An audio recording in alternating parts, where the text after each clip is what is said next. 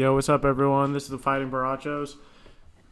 This is your host, Lucas, and my co-host, Mauricio, over here. How you doing, man?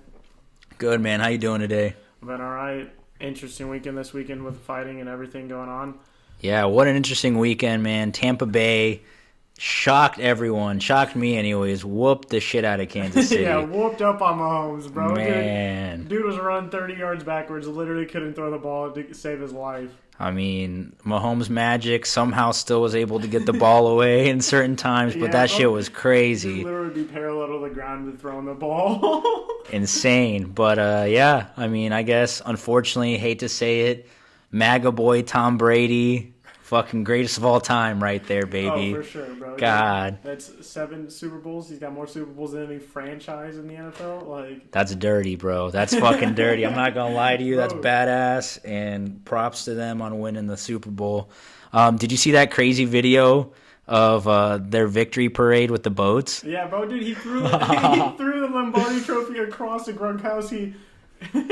From one boat to the other one. Were they in the ocean, or were they just... I think they were I'm assuming they were in the ocean. They were either in the ocean or some lake. I assume it was the ocean, like you said, because they were down in Florida. But that's the type of shit you do when you got 6 other Lombardi trophies at home, bro. You just fucking throw one, just like, who gives a shit about this? Bro, there's another video of when they docked or whatever, and Tom Brady comes out and he's just drunk, piss drunk, bro. And people holding him up too, bro. I haven't seen that one, but that'd be fucking hilarious to watch. You better believe if I just won my 7th Super Bowl, I'd be getting piss drunk. Well, for real, bro. I get off a shift to work and I'm ready to get fucking piss drunk. So yeah, for real, bro. No, yeah, fucking crazy weekend for sports. The craziest shit for me, I had some money wagering on Newcastle United versus Southampton. And Southampton? Yeah, I think Southampton. Yeah. 3-2, I think it was. Yeah, man, and Newcastle United was able to keep it in there. They were down to 10 men in the second half due to a red card. They went down to 9 at one point, bro. Yeah, they went down to 9 because they were out of substitutions. And they were still able to hold those motherfuckers off. Yeah, shout out to Newcastle United. You dirty fucks, fucking making me lose a parlay. But, man, impressive nonetheless. Should have just done single bets. I told you, bro, Aston Villa was gonna win this weekend. And I told you the other game, Burnley and Brighton was going to draw. I told you, man, to just single bets. Parlays, they win you shitloads of money, but you got to depend on more results. You know I'm a sucker for good odds, man. I'm a sucker for parlays. I'm losing all my money, but that's the way she fucking goes. Man, another news, Manchester City beat Liverpool 4-1, ending Liverpool's hope and dreams, but... That's 3 defeats at home for Liverpool in a row, bro. Lost to Burnley and Brighton, and then got absolutely fucking destroyed by Manchester City earlier this week. Just not in good form right now. Like that's just insane. Burnley and Brighton. I understand Man City. They got some big names, but how are you gonna let the house down to Burnley and Brighton? Yeah, that's insane. It'd been I think read somewhere that had been some crazy amount of games since they last been defeated at home. Crazy before they lost to Burnley and Brighton back to back. Yeah, and then but also Liverpool had problems with injuries in defense. Virgil van Dijk's out, and they were playing 2 midfielders as center backs. That is fair. But I mean 4-1. That's still a whooping. Yeah, bro. In your own house too. In your own house. Hey, but don't worry, you'll never walk alone, Liverpoolians.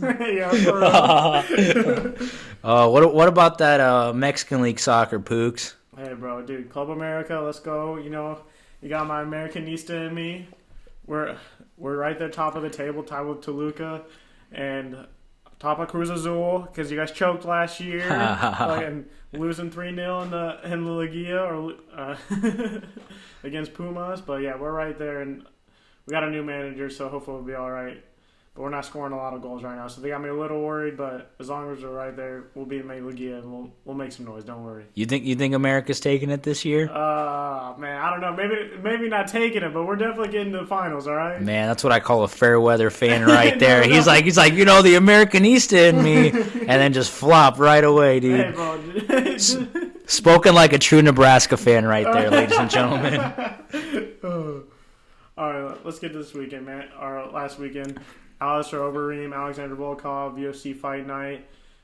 Overeem knocked down the second round by Volkov. What were your thoughts? Man, it just Overeem just looked like an old man in there. It's just, and he is an old man. Shout out to Overeem. Looks like he's been fucking taking steroids his whole life. Still out there, old as shit, trying to kick ass. No, it just seemed like a typical Overeem fight, man. He typically tries to shell up, but I think Alexander Volkov was just too good for him. But yeah, I'm seeing Overeem, like, they have a lot of these in boxing, but he's almost like the gatekeeper. Like, hey, if you can't beat me, you're not good, but if you beat me, you're good enough. You know what I mean? Like I see him as a gatekeeper, and it's kind of sad to see those people because like they either get the shit knocked out of them, or they do like decently well and win close fights. Yeah, I mean it's crazy. Going into it, I'm not gonna lie to you. I thought Alistair Overeem had a good chance. He was I believe he was on a 2-fight win streak. So that shit would that means something, I guess. It didn't mean anything this weekend, but going into it, I think Alistair Overeem was just he looks like a bigger guy. He had the more experience. I thought he was going to take it, but that's the way she goes, I guess. I think it's almost the nostalgia in us when Overeem was coming up, or even he was one of the best strikers, if not the best striker in the UFC. And people tend to forget that now. Like, he's added more things to his game, and you've seen him evolve and stuff because he's needed to, and can't just rely on the striking. But when he was coming up and got into the UFC, when he was even in those Strikeforce days, he one of the best strikers the UFC has ever seen. Oh, definitely. Strikeforce Pride Fighting Championship, he was there. When he wasn't there? This last fucking weekend, buddy. So, Volkov landed 54 significant strikes, 47 of them being headshots. Overeem landed 10 significant strikes. 10 significant strikes compared to 54. That's for the entire match. That is ridiculous. Yeah, that didn't even go past 3 rounds. You only not even 3 rounds, bro. Didn't make it to 3 rounds without landing only 10, bro. 10. That is insane. And you just got hit 54 fucking times. 47 headshots. I mean, that just said it right there. Like that, you can't take 47 headshots. I don't care who you are. You can't take 47 headshots. Bro, looked beaten and bloody at the end of that fight, bro. Like, he was literally down on his knees, and I mean, props to him. Like, get in there. He loves fighting. He's definitely a fighting man. But I don't know if I'm over him after the Ngannou knockout, where my lip literally looks like 2 chunks of meat, and then after that fight, where my face is all bloody and everything, literally looks like crack another Modelo there by another emo. Yeah, always cracking Modelos. Go ahead. But anyway, his face is looking bloody as hell. Like, I don't know, like. Props to you, Overeem, but might be time to get out the game while you still can. You know what I mean? Yeah, I mean, unfortunately, I think he'll still be out there fighting. I think he likes it. It's just part of who he is, and I'll still probably tune in for another Overeem fight. I probably won't bet on him, but hey, I'll be watching him. Oh yeah, always down to watch him. But speaking of another old guy that probably shouldn't have been fighting this last weekend, what do you think about that Frankie Edgar knockout? Damn, bro. Edgar, bro, what are you doing out there, bro? You're literally 28 seconds in, and you're getting knocked out by a flying knee. I mean, props to Corey Sandhagen, but I called it. I thought Corey Sandhagen was definitely going to take it. He last beat Marlon Moraes. That's a pretty big win right there. Nobody thought Marlon Moraes was going to be able to get beaten by Corey Sandhagen. He was just going to be a filler, I think, to be honest with you. I mean, up until he beat Marlon Moraes, Corey Sandhagen wasn't really a big name. He still really isn't a big name, but now he's a freaking contender, I think. He's number 2. He's ranked number 2 in the division. And now after that, I mean, to be honest with you, I can't see anybody else saying that he shouldn't be fighting for a championship. If not his next fight, but the fight after that, if he's able to win his next fight. If not a championship, definitely a championship or title eliminator. Like, definitely looked good during the fight there, and well, it didn't last too long. He definitely dominated the guy. Pulled out a Jorge Masvidal almost, like not quite as fast, but flying knee to the head knocked him out. Yeah, it's crazy. So Jorge Masvidal has the fastest flying knee. I think it was either 3 or 5 seconds. Corey Sandhagen now has the second fastest flying knee with 28 seconds. Man, I don't know. I'm a sucker for knockouts. I don't care. I know, when you see the guy on the ground, some people get nervous. These guys get in there and they get paid big fucking money to take each other's heads off. And, I never want anybody to get hurt. Don't misquote me on that. But I'm just saying, knockouts is what we're here for, baby. Oh, yeah. When Corey Sandhagen kneed him in the fucking face, oh my God, man. I just fucking jumped out of my seat. He went out cold. Dude, he was out cold, bro. His head hit the mat. Damn, bro. I was literally sitting here going crazy, bro. I was watching that fight. They were like feeling each other out, and then out of nowhere that knee came, bro. Out of nowhere. Yeah, it was hilarious. They were just, giving their props to Frankie Edgar, and I think it was the, what do they call that, the commentator's curse. They were just talking him up, saying this is, one of his first tests, one of his first, he's trying to make that comeback right now, and he just wasn't ready for Corey Sandhagen. And, I mean, I think even if the fight would have played out, like let's say the fight goes 2 rounds, 3 rounds, in my opinion, I think Corey Sandhagen still wins that fight. Like, I think Corey Sandhagen's younger. He's kind of the fresh blood in this division. And Frankie Edgar, even though it was only his second fight in this division, in this weight class, same for Corey Sandhagen. Not his second fight, but I meant to say weight class, not division. But only his second fight in this weight class, and he's getting knocked the fuck out. So, I don't know. I think it might be time for him to hang up the gloves. He's 39 years old. Like another old guy fighting, definitely. Another old guy fighting. This last card was definitely an old guy card, but it brought some good knockouts. There was a lot of decisions in the prelims and in the main card, but it did give us, I think, 3 pretty decent knockouts, and that's okay with me. So, yeah, Edgar moving up definitely probably didn't look like he could hold his power in his last 2 fights, moving up and then also that chin's gonna take a lot more hits and stuff, and the power's gonna move up with it. So I don't know, definitely getting old there, and maybe not be. Maybe this was the UFC retirement card. Like, hey, you guys did your good time in the UFC here, and we appreciate you, but it might be time for you to move on. Just feeling you out. If you get knocked out, you're fucking out, buddy. Yeah, bro. Yeah, I guess. That might be what Dana will be saying in his chair up there. I mean, I guess, because the next fight, Michael Johnson versus Clay Guida, I mean, both of those are pretty old guys. I mean, Michael Johnson's a little younger, but Clay Guida also 39 years old. So it's crazy. But unlike Frankie Edgar, Clay Guida won. Did you get a chance to watch that fight? No, I didn't quite catch this one, but from what I understand, Clay Guida looked pretty well, like dominated. Yeah, he was definitely dominating for the whole match. He got the unanimous decision, 30-27, which I thought was kind of wild. I'm not gonna lie to you. I would have given one of those rounds to Michael Johnson, just a little 29-28. I thought Clay Guida definitely controlled throughout the whole match, throughout the whole fight. But I definitely think Michael Johnson won one round. But yeah, I mean, Clay Guida, I thought he was done, to be honest with you. When he walked in, he kind of looks like an old crackhead, kind of somebody that if you saw, at a bus station or a bus stop, you just fucking walk away from him. But he came in there and he took care of business, so props to him. Fair enough. Yeah, so, all right, who's younger? These two? Yeah, who's younger, Frankie Edgar or Clay Guida? Both are 39 years old. Who would you guess? I'm saying Frankie Edgar. He looks like he's losing a little bit more hair up there than Clay Guida. Clay Guida's definitely got that those locks going on. So you're saying Frankie Edgar is younger? Yeah. Or no, he's older. Sorry. Okay. So you're saying Clay Guida is younger? Yeah. All right, man. I'm gonna give it to you, little bastard. You're definitely right. Frankie Edgar was born October 16, 1981. Clay Guida, same year, December 8th, 1981. So. Barely, but you were right. Yeah, bro. But definitely both old, though. Definitely old. So I think you're right. I mean, this might be one of those things where Dana White's just feeling him out and saying, if you can't fucking win, you're out, buddy. Because if Clay Guida wouldn't have won, I bet you they would have given him the boot. Yeah, I might have never seen him in the UFC again. Yeah, so enough about old people.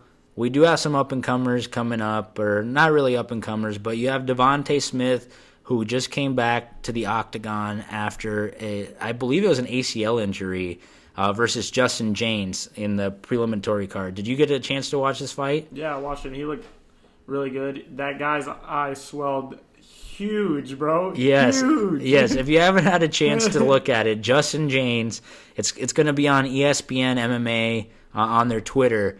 But holy shit, this guy's eye is completely messed up. Yeah. I would say it's probably an orbital fracture. What do you think? Yeah, probably something got to do with the eye, bro. Like literally looked like that thing was about to pop out. Yeah, definitely not looking cute after that one. Fucking shit was crazy. And the crazy part, I mean, it looked like he still wanted to fight.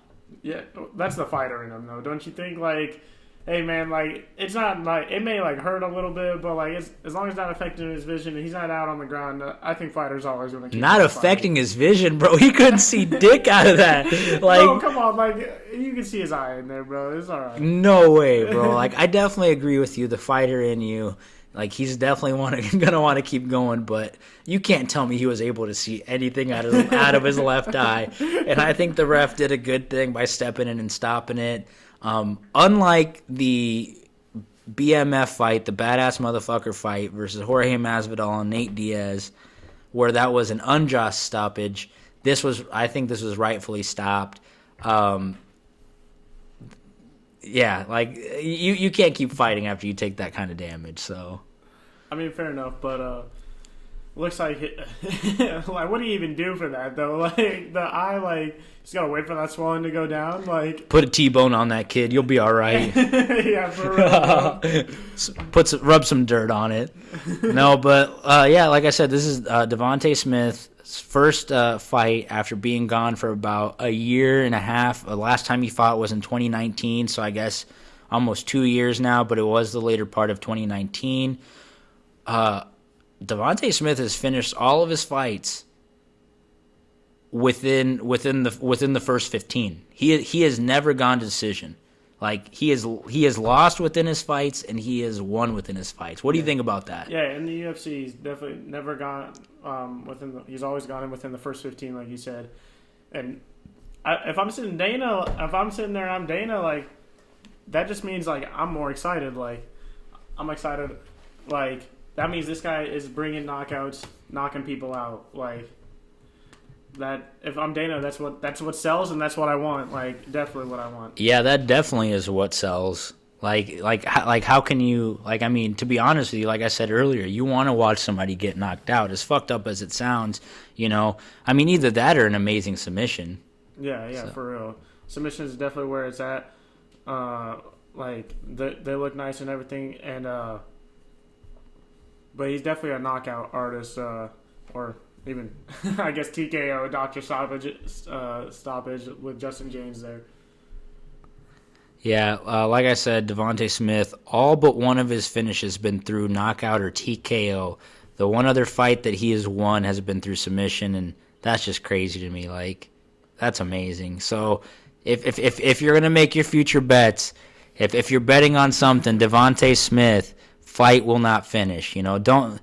I mean, I going in the future, I would probably bet on this kid, to be honest with you. I think he's gonna be making his comeback. He looked good. He looked fucking cut. You know, he looked like good on it, like at this weight division. He didn't look like he was too fucking scrawny. He looked built compared to the other guy. The other guy looked like, I mean, he also looked built, but I mean, he looked like myself, you know, muscle, but then with a little bit of padding on it, you know, it's a little bit more to love, you know. But so I think going forward, Devontae Smith, good guy to bet on. And if you're going to fucking bet on something, fight will not go the distance, because you never know when that's going to come in handy. So you saying you're a Devontae Smith fan from now on? I mean, I'm definitely going to be rooting for him. I'm going to be keeping my eye out on this guy. And like I said, I think it might be a little too early to say he's the future of this division, but he's definitely worth keeping an eye on. And he's going to make a splash. He's going to make a splash. Yeah, like you said, more than 2 fights. Yeah, a couple more fights in there, and we'll see what he does and readjust there and see what we think then. No, exactly. So another crazy news coming out of the UFC world, MMA world.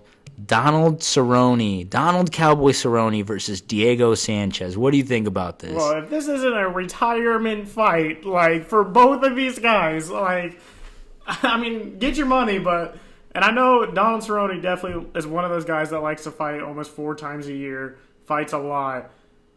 Bro, someone to get this man in rehab because he might be punch drunk. You know what I mean? Like, no, I definitely agree with you.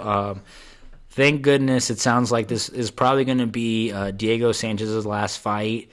He did make a tweet out to McGregor referencing that he would always want, he always wishes they could have had that fight. But it looks like his grand finale is going to be against Donald Cerrone.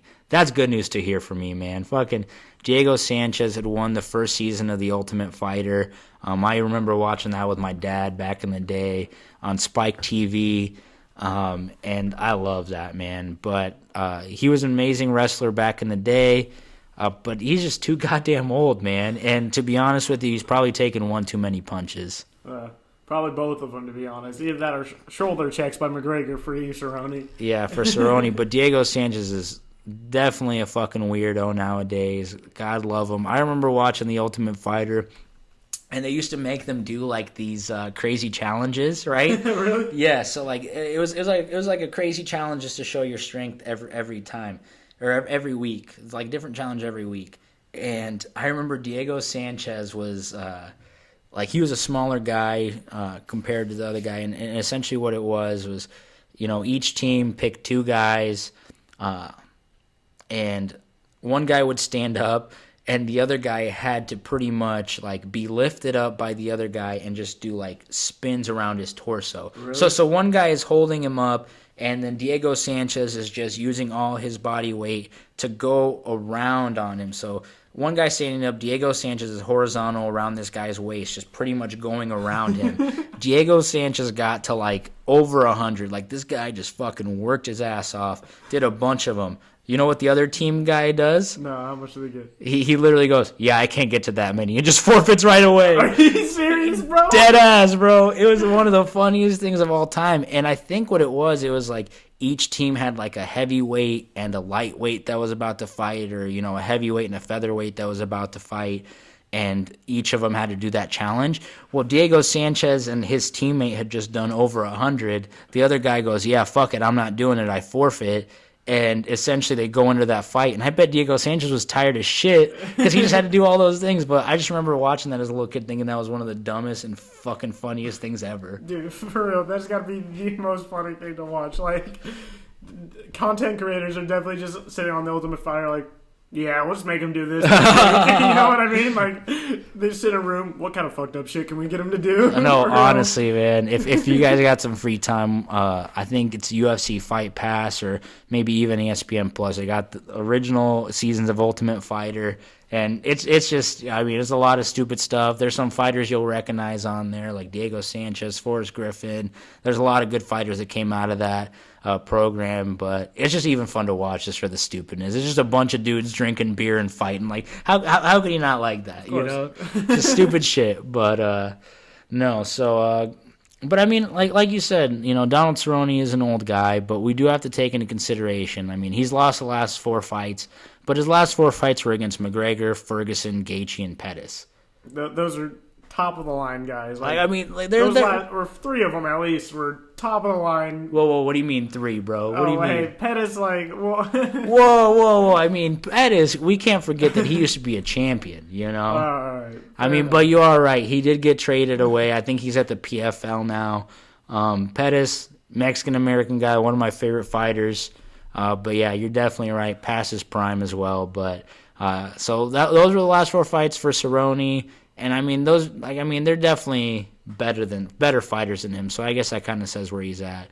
But like you said, he fights a lot of fights. He's a badass guy. Oh, for sure, definitely a badass, bro. They call him Cowboy Cerrone. Like, dude lives out in Colorado, like on a farm, and fucking does rancher shit all day. Like, it's pretty badass. I don't care what you say. Cowboy Cerrone, smoke weed? Yes or no? Oh, for sure, bro. Really? Nah. Bro, are you serious? Why do you live in Colorado if you ain't fucking smoking the chief? I don't know, man. I feel like he's just like a fucking nice red-blooded American, just drinks Bud Light or Budweiser all day, every day, and just stays away from the devil's lettuce. Hey, it's Coors out there, bro. That's what makes Rocky Mountains blue. Oh, my bad. No disrespect to all my Rocky Mountain High fellas out there fucking drinking the Coors Light. But, no, another crazy news, man. Nate Diaz did a little interview with Ariel Helwani this week. He said a lot of crazy shit. Looked a little bit pudgy. I don't know if you got a chance to watch that, but Nate Diaz says he wants to fight Poirier or Gaethje at the 165 or 170, so a little bit higher than those than what Poirier or Gaethje are used to. I think they fight at about 155.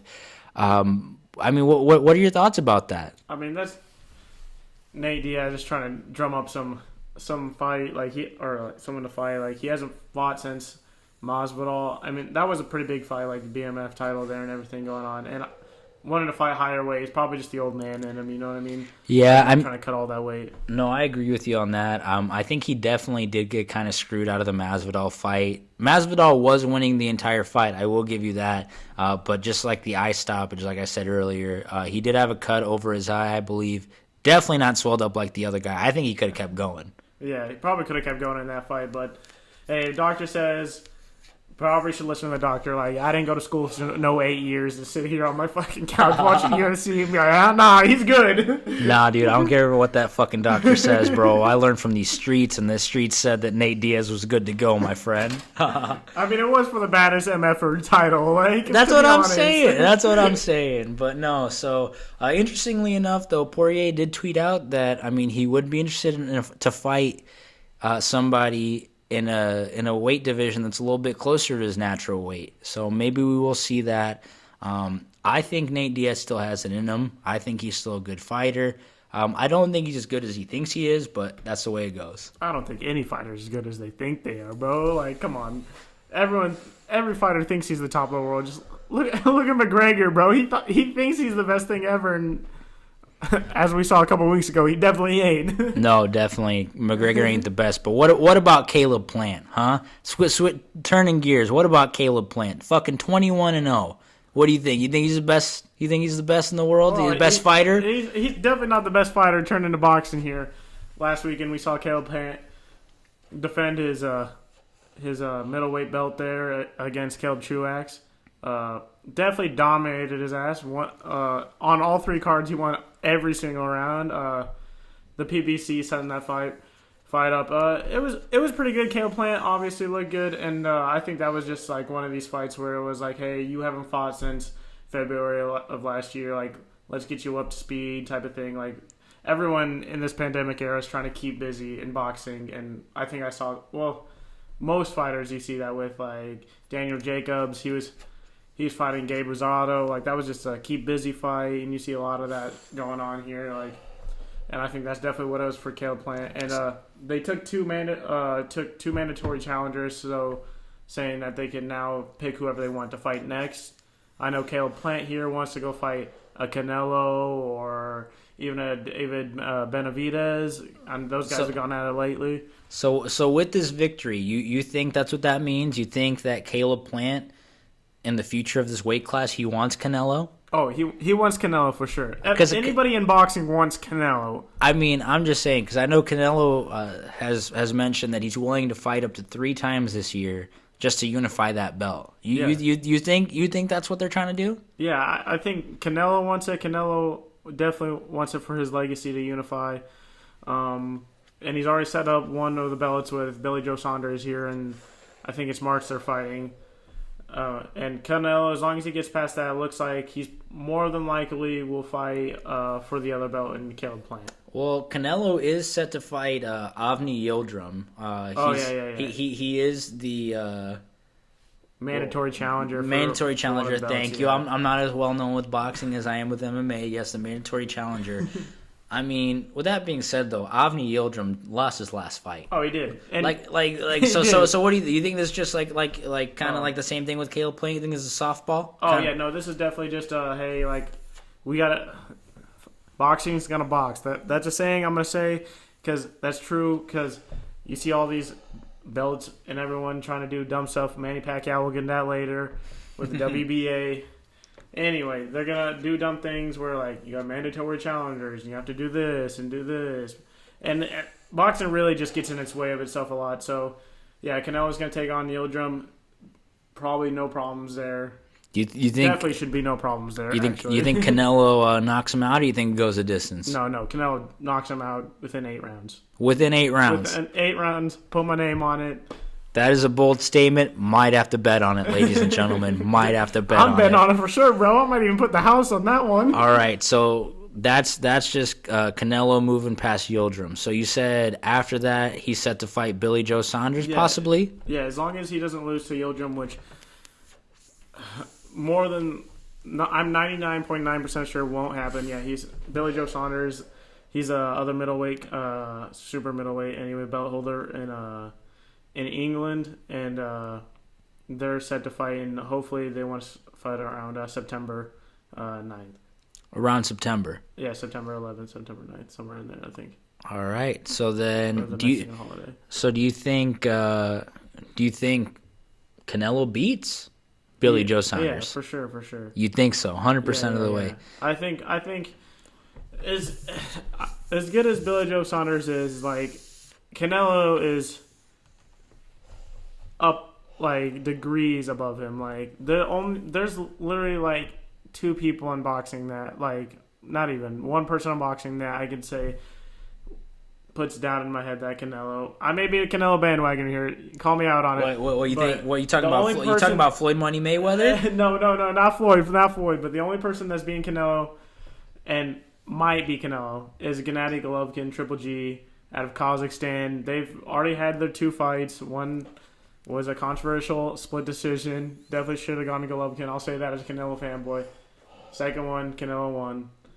And now I think they're just trying to put it out because Triple G is getting old. They're like trying to put off the third one until Triple G gets older, so the Canelo could definitely easily win that one. But see, I mean, I don't know. I think the fans want to see Triple G Canelo. But Canelo's more worried about unifying the belt right now, I feel like. I feel like that's what Canelo's worried about. He wants to unify the belt. Yeah, no one has.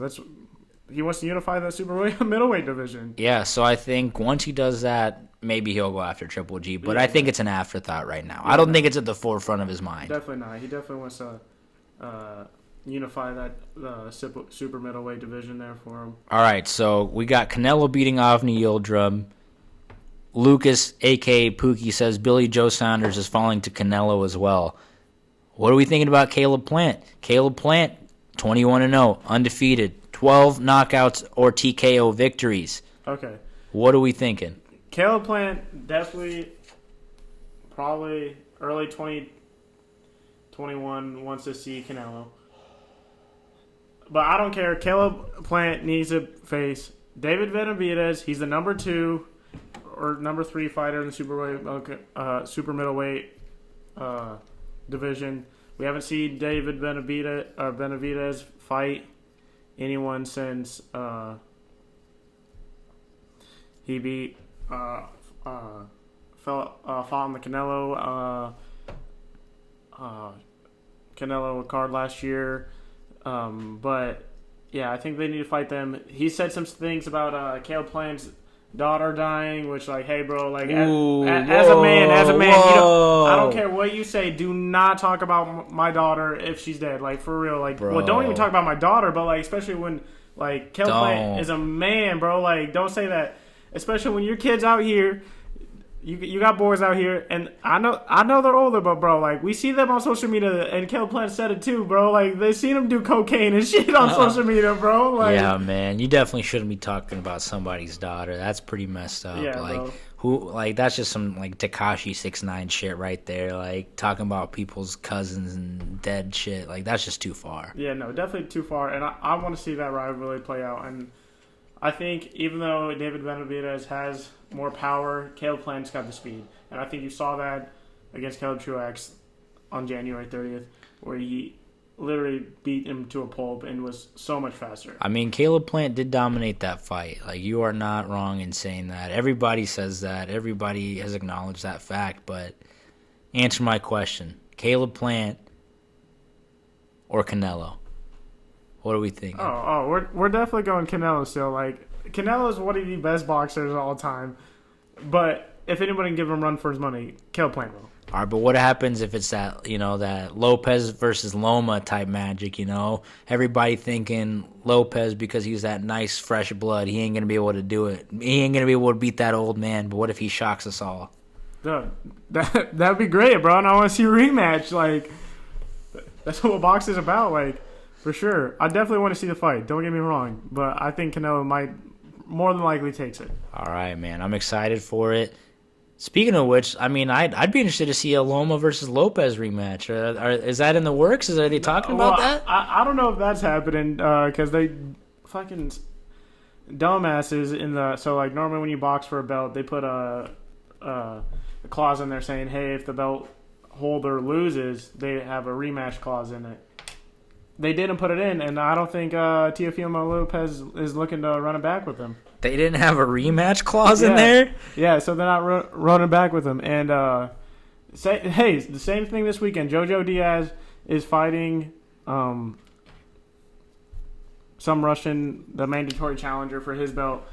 And when he won his belt from Tevin Farmer, it was an upset. And they didn't have a rematch clause, so Jojo Diaz is saying, hey, you don't want me to fight me again? Like, you didn't put that in there. That's on you, buddy. Like, I mean, that is true, to be honest with you. I guess those Ukrainian lawyers didn't really pan out for him. Yeah. But I do got to say respect to Loma. I do like that he fucking rocks them Venom gloves. Dude, I like the Venom stuff. And it's coming to the UFC, bro. Yeah. In February, I'm pretty sure. 2021, I think? I think you're definitely right. So I think, that's now. Yeah, so it should be coming soon anyway. 2022. Yeah. Sorry about that. Oh, it might be 2022? Yeah. But I know they do have a contract with the UFC now. Yeah, because the contract with Reebok is now up. So that's, I'll be interested to see what Venom can bring in there. A company out of Thailand. Thailand has a lot of interesting different color schemes. So I bet you we get a lot of interesting shit.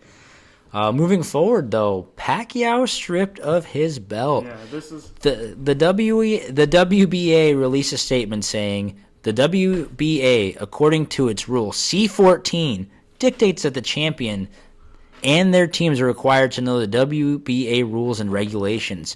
Rule C.22-24 states that when a champion is unable to defend the belt for medical, legal, or other reasons beyond his control, he may be named champion in recess. The medical reasons must be documented before the WBA medical committee, while the legal reasons must be evidenced before the legal director and the championships committee.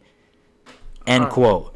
So they stripped the man of his belt for inactivity, but how can he be active with the COVID? Like, what are your thoughts on this? All right.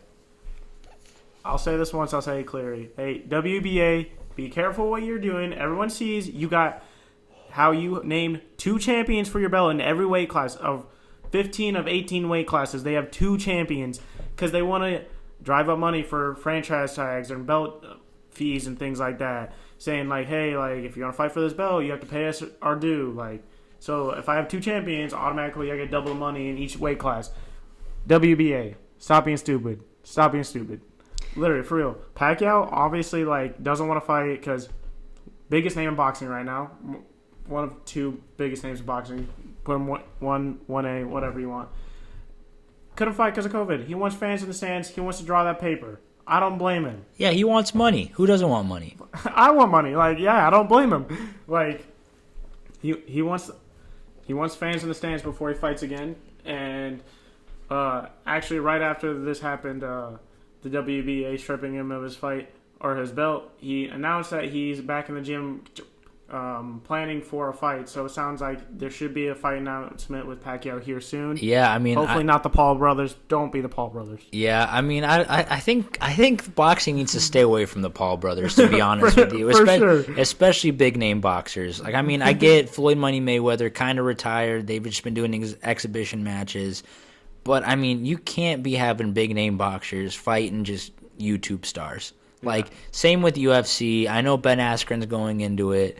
And he's gonna fight one of the the brothers over there, but they just need to stay away from it. It diminishes from the sport, and I think it takes away from what Pacquiao is and from what big fighters and big boxers are. But there had been some talks of Pacquiao maybe fighting Ryan Garcia, so I completely agree with you. I think it's the wrong decision for them to strip the belt. But why do you think they stripped the belt? Oh, What are they trying to do here, Pookie? Inactivity. Explain it to everybody. They're just inactivity, and now, like, thankfully, Ryan Garcia put out a fight poster of him and Pacquiao, which would be very interesting if that ever came about. But they took it away from Pacquiao there after he won it against Keith Thurman, and they're giving it to Ugas. Like, don't get me wrong, Ugas, good fighter, probably a good B-side fighter. Like, if you were to drum up some fight revenue, and they're gonna set up a unification fight with Errol Spence Jr. That's what they want. That's what they want, bro. Errol Spence Jr. already tweeted, and I quote, "All you needed was something I wanted. Hashtag strap season." End quote. Yeah. Which I'm gonna have to pause him on that hashtag, dude. Like, strap season, bro. Like, okay, that strap can mean one of two things. Either it's a blicky, aka a gun, or a fucking strap on. And Errol Spence Jr., just the way you said it, I know you're a badass, but that just made me chuckle a little bit. But I will tell you this, Spence Jr. is a carnivore, and he wants all that beef, and I think that he thinks he can take down Ugas. Who do you think wins that? Oh, for sure. Granted, I think Spence Jr. wins that fight easily. But that's not the fight I want to see, bro. I want to see Nebraska fed and born Terrence Crawford. Let's get in that ring with Spence Jr. Let's make it happen. All right. I don't want to see you guys playing around anymore. Put them in the ring together. I don't care if there's the WBA belt with Ugas. Let him go fight somebody else, and we'll come back to that. All right. I want to see Spence Jr. against Crawford because you know my boy TC is taking that belt. You always got to represent the 402. 402 all the way. Shout out to 402 till I die. No, but that brings me to my next question. I was going to ask you that. I mean, if Spence pulls this off, he's already made it kind of clear that he wants to fight Terrence Crawford. He wants to unify that belt. I mean, do you think that happens? Is that what we're going towards right there? Spence versus Terrence Crawford? I'm hoping because what it looks like now is Top Rank doesn't have anybody else for Terrence Crawford. That's Crawford's promoter, Top Rank, for him to fight. They need to cross lines like they did with Fury Wilder and talk to the PBC and Bob Arum, and all of them need to get together, and Don King, and let's make this fight. I don't care what happens. We need to make this fight. This division needs to see this fight. I don't want no Mayweather Pacquiao where it's 5 years past when they should have had the fight. We need to have the fight happen now. Let's go. 2021, I want to see it by the end. All right? I agree with you 100%. I mean, Spence right now, 27-0 with 21 KOs. Terrence Crawford is a motherfucking beast. Right now is the time to make this fight. Let's make this fight before Spence loses. And I'm not saying he is going to lose, but it's a whole lot better and it's a whole lot more suspense when the guy's undefeated. You know what I'm saying? For real. I don't need Anthony Joshua losing to Andy Ruiz again. Like, no, come on. Let's make this fight while we still make this fight. Let's go. Yo, man, don't you, put some respect on Ruiz's name, man. Put some respect on him. Come on. He won that shit fair and square, homie. All right, but looking forward to this weekend. Talked about earlier, Jojo Diaz fighting for his belt, but in the UFC 258, Usman Burns. What do you think about that? Kamaru Usman versus Gilbert Burns for the welterweight championship. I'm going to have to go with Kamaru Usman on this, man. The last time I bet against this motherfucker, I lost. You were there. My girl was there. It was sad. We were at a Buffalo fucking Wild Wings, and your boy lost $250 because he thought Jorge Masvidal was going to fucking pull it off with 6 days' notice, baby. I thought he was going to, but that's the way she goes. And to be honest with you, Kamaru Usman is just a step ahead of the game. Interesting, though. Did you know Kamaru Usman and Gilbert Burns used to be part of the same training camp? Yeah, I heard that. They used to be in the same camp. What's up with that? I don't know. And then bad blood there, you think? Maybe a little bit. Sanford MMA, I don't know. I think they're friends, man. But weirdly enough, Kamaru Usman was the one that left the camp. And usually it's the non-champion that goes. The champion usually stays with the camp that they're training with, and the non-champion goes. So I don't know. That's interesting. Like, what do you think about that? Do you think Gilbert Burns was just the coach's favorite? Do you think Kamaru Usman thought he had something better to learn somewhere else? What are we thinking? Yeah, I'm definitely thinking just gym politics. Definitely just Usman thought he was done there or got a better offer from whatever gym he's fighting out now or something like that. Different coaches, tried to reinvent himself. But, yeah, I definitely see, I mean, I don't know.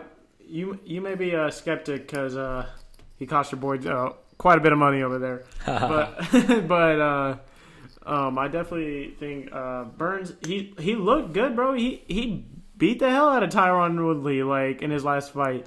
And I think all facets of his game is pretty decent, to be honest. Like, I know Usman is definitely an all-rounder dude that can do quite a bit. His grappling and everything's pretty good. And his striking with Colby Covington was on point. Like, that was an absolute war.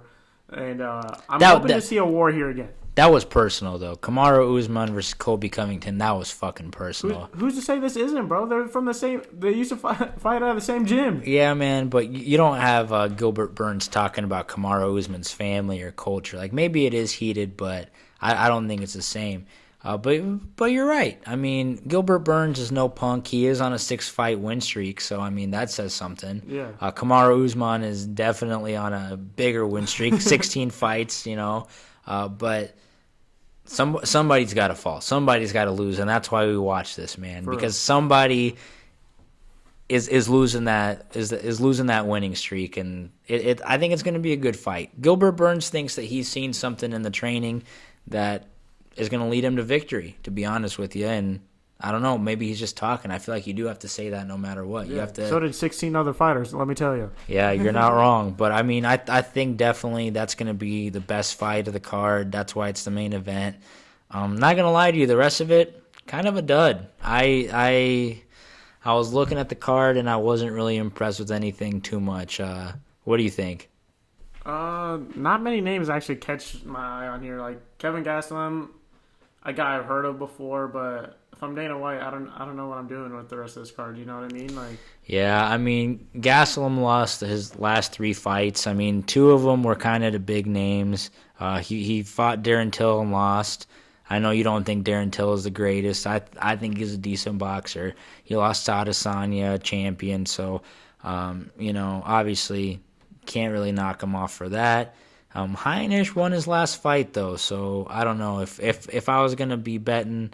I would take Heinisch on this one, but like I said, not really a good fight, not really a big name.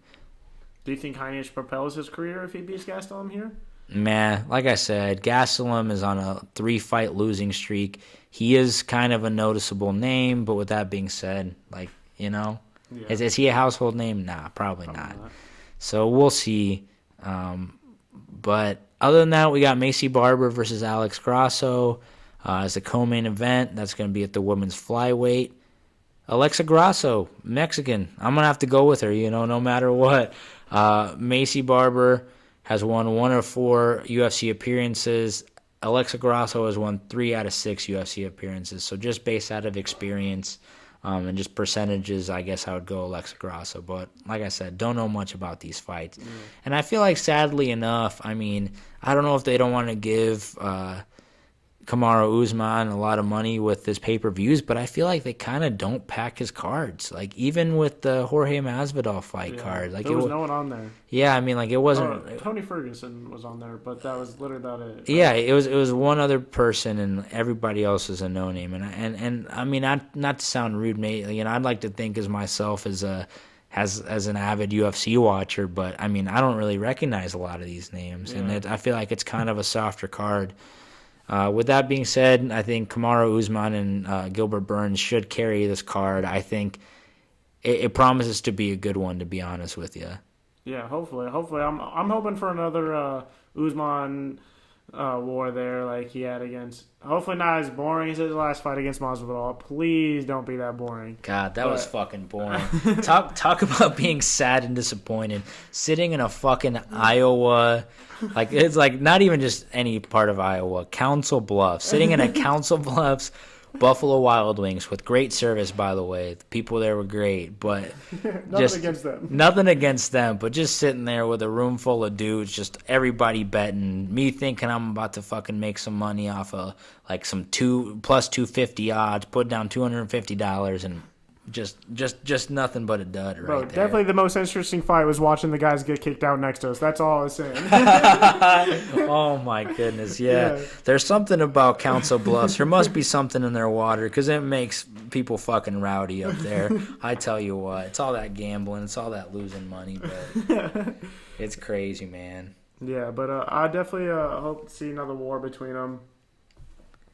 Yeah, honestly, I would definitely agree with you on that. Definitely, hopefully move up, and thanks for tuning in here, and hopefully catch you next week with our live reactions to this fight. Comment, subscribe, let us know what you think, and this has been the Fighting Barachos.